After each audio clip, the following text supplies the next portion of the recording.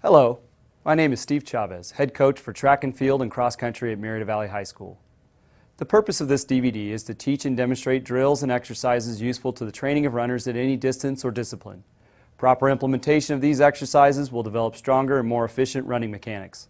Also included on this DVD are files with sample routines for the exercises seen here. I hope you enjoy and make good use of this instructional DVD. Any workout, regardless of the length or intensity, must begin with an adequate warm-up. No static stretching or any of the drills you see here should be done without first raising the core temperature of the muscles. To begin, athletes should run a minimum of 800 meters before proceeding to any plyometric exercises. This can be done at a variety of paces. For more intense workouts, run between 1,600 and 2,000 meters before beginning. The purpose of leg swings is to increase flexibility of the hip flexors and key muscle groups. For each type of swing, begin with a shorter range of motion and gradually increase to a longer range of motion. The A swing is a straight leg swing. Athletes should hold on to a stationary object so they can maintain an upright posture. The B swing is a straight leg swing that goes across the body. Again, be sure to hold on to a stationary object. The C swing requires a 90-degree bend in the leg. Swing from front to back and hold on to a stationary object.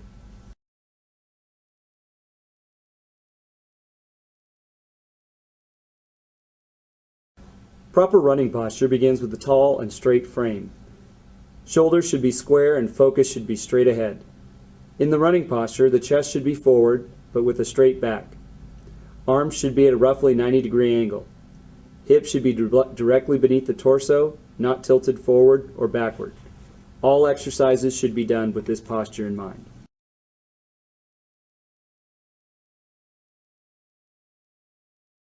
For this drill, hold on to a stationary object to maintain a solid upright stance. The ready position begins with the leg lifted so that the thigh is parallel to the ground. The foot is elevated over the opposite knee with the toe up or dorsiflexed. Be sure that the foot is directly beneath the center of gravity and not shifted forward or back. When striking, the foot should remain in a tight circle with the ball of the foot striking or pawing directly beneath the center of gravity. Follow-through should be short and the foot should snap back into the ready position. When conducting the drill, give a command signaling the athletes to strike through one repetition. This should be quick with a light strike. Repeat for 10 to 20 repetitions per leg.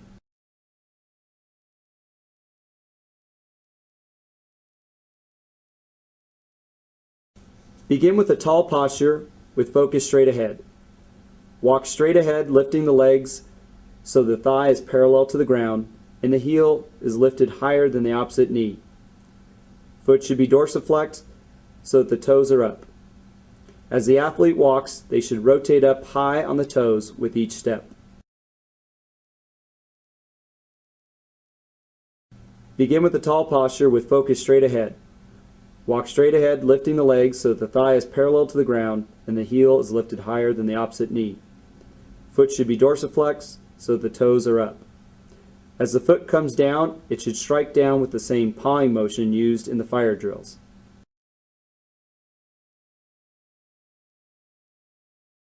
This drill uses the same basic mechanics used in the A walk. The A skip requires a more dynamic arm and knee drive to lift the athlete off of the ground.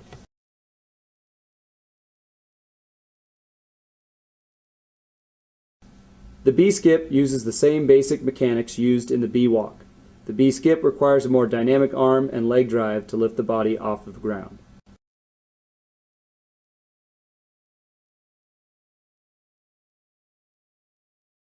In high knees, the athlete lifts the legs so that the thighs are parallel to the ground and the feet are lifted over the opposite knees. Feet should be dorsiflexed with the toes up. Keep the posture tall with a steady but quick pace.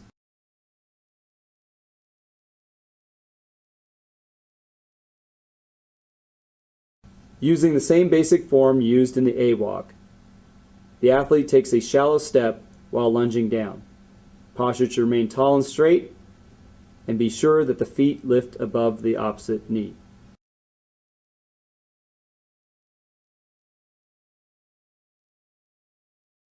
Finish your warm-up by running 400 meters at a quick pace. At the finish of the routine, athletes should have an elevated heart rate and respiration.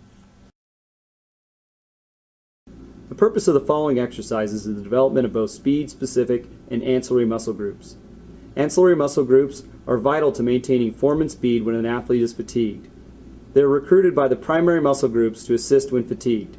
If these ancillary muscles are weak, they will not be of much use. If they are strong, they will be of great assistance when it counts the most.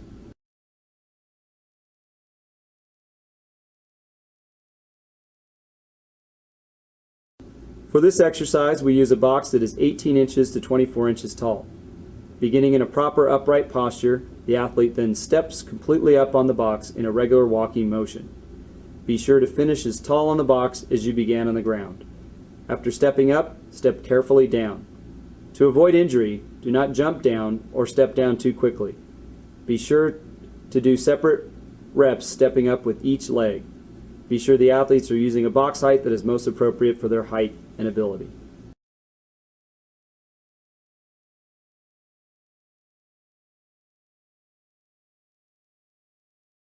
For this exercise, we use a box that is 18 to 24 inches tall. Beginning in a proper upright posture, the athlete squats down and then uses both arms to jump upward and onto the box. The arms should provide enough force to drive the knees high. Athletes should land softly into the squat position. After landing, the athlete should stand up straight, then carefully step off of the box. To avoid injury, do not jump down or step down too quickly. Be sure that athletes are using a box height that is most appropriate for their height and ability.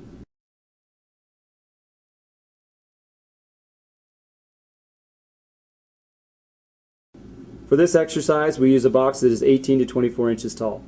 The athlete begins with one foot on top of the middle of the box.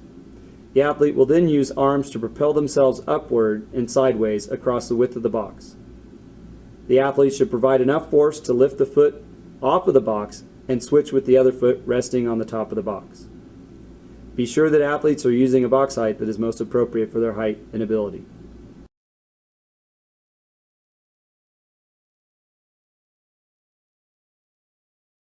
Beginning in an upright but flexed running posture, the athlete will squat slightly, then thrust upward using enough force to lift their body off the ground.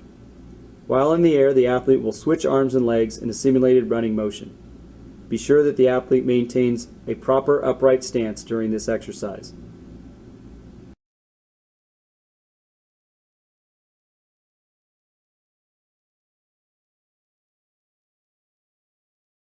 Beginning with an upright but flexed running posture, the athlete will squat slightly and then thrust upward and to the side, using enough force to lift their body off the ground and approximately 3 feet to the side. While in the air, the athlete will switch arms and legs in a simulated running motion. Begin by performing jumps to the inside or open side of the stance, and then perform jumps to the outside or closed side of the stance. Be sure the athlete maintains proper upright stance during this exercise.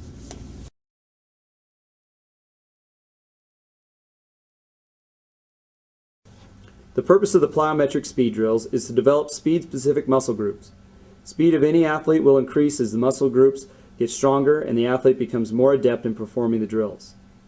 Set up your course by placing cones at 20 to 40 yard intervals. Keep the intervals short in the beginning and then extend as the athletes become more accustomed to the routine. For each drill, the athlete will perform the drill of the first half of the course and then sprint over the second half. This gives the athlete's body the opportunity to apply the biomechanics of the drill to actual sprinting. Repeat the drill twice, sending the athletes down and back on the course. As always, proper posture and mechanics should be emphasized.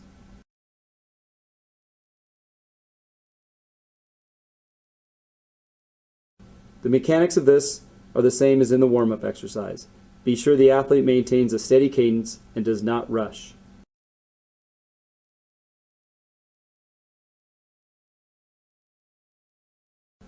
Begin by having the athletes jog easily in place. On the given command, have them run quickly in place.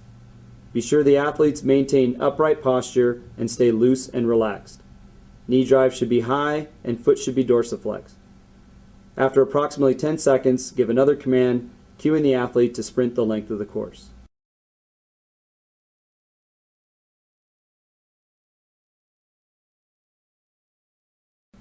Maintaining an upright posture, the athlete will drive their arm and knee upward and forward, propelling them off the ground. This should be done in a constant running rhythm with a focus on knee lift, arm drive, and drive force. It may be helpful to have athletes walk into the drill to establish a rhythm.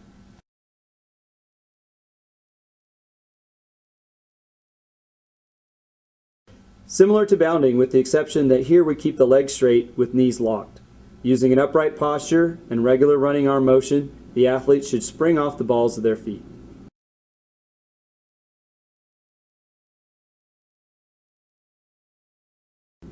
Backward running emphasizes the reaching back while in normal running posture.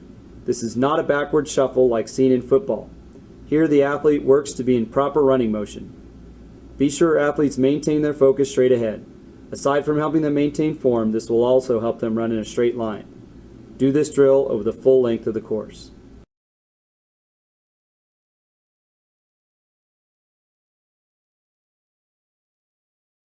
Maintaining a straight back and posture, athletes will use their arms to propel themselves upward and to the side. Be sure to stay as tall as possible and get a nice deep knee bend. Athletes should also establish a steady rhythm to their hops. Be sure to face the same direction on the way back down the course to work the opposite abductors.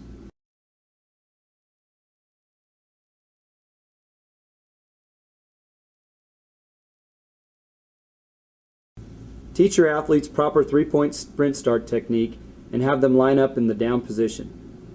On command, have them rise into the set position and then give the go command. Athletes should focus on strong arm drive and staying low to maximize power. Have them sprint the full length of the course. The purpose of these exercises is the development of the core muscle groups and abductors. Begin with a ball of appropriate weight for a pair of athletes. Pair up athletes by equal height.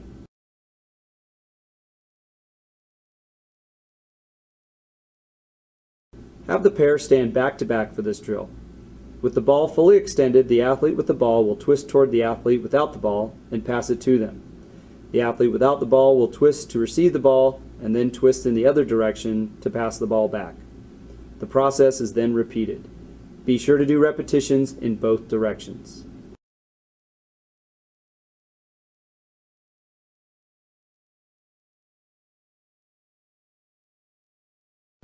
Have the pair stand back to back for this drill. With the ball fully extended, the athlete with the ball will raise the ball over their head to pass the ball to the athlete without the ball. The athlete without the ball will take the ball and then bend down and pass the ball between their legs, underneath to the other athlete. The process is then repeated. Be sure to do repetitions in both directions.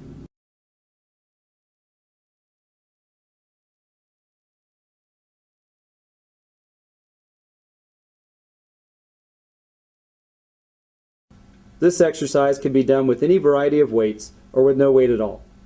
For smaller athletes, water bottles filled with sand can be implemented. The athlete begins in an upright position with arms extended straight out from the body. The first squat is completed with both arms pointed outward. The second is done with one arm pointed sideways at a 90-degree angle from the other arm.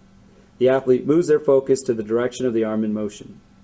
The third squat is completed with one arm extended behind the body with the focus again shifting with the arm in motion.